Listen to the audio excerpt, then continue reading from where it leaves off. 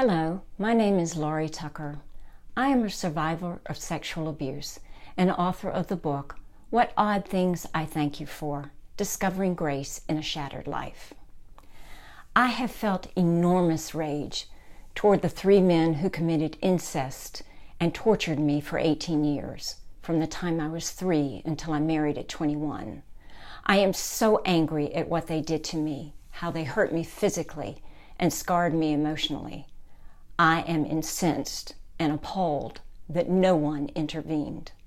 I'm furious that I had to deny and suppress my anger in order to survive.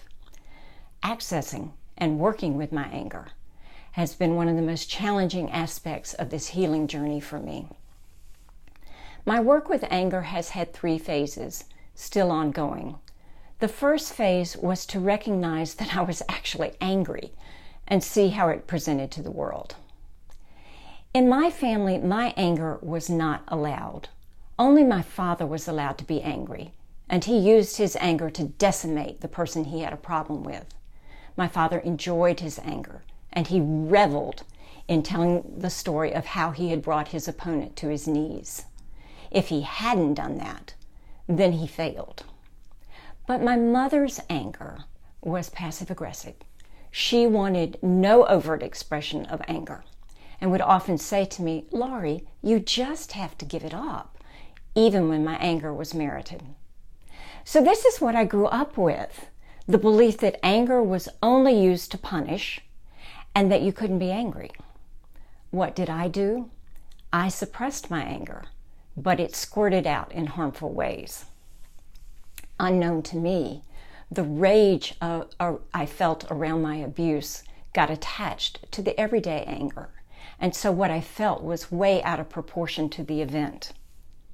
I usually wasn't aware I was angry. However, my husband and children will tell you I was angry often, and not always in good ways. This was one of the first things my therapist Ron and I worked on. I needed to learn that anger was a normal emotion, and that there were appropriate and useful ways of bringing anger toward another person. I could be angry and be safe. Anger done well highlighted the need to be in communication, to work through something that just wasn't right. Ron tried time after time to help me see what I was doing, to help me see how I was mimicking my father, but I just couldn't incorporate his lessons. Finally, one day, mid-tirade, I looked up to see Ron pale and shaking from the force of my anger. That got my attention and activated my shame. I was ready to learn a new way. First, we worked on taking the attack out of my anger. I learned to say what I was feeling rather than immediately jump into accusing Ron of all the things I thought he had done wrong. I learned to ask, what part of this disconnect am I responsible for, and how have I helped create it? I learned to recognize that what happened between us was not intentional, but was a miscommunication or misunderstanding. I learned that anger, spoken well, could clear the air and make us both feel better.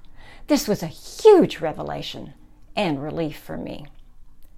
I wish I could tell you I learned the lessons well and quickly. Boy, I wish I could tell you that. The truth is, the lessons are ongoing.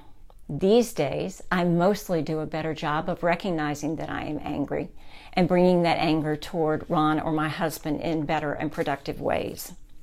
But there are still times, especially when I am scared, that my anger squirts out sideways in harmful ways.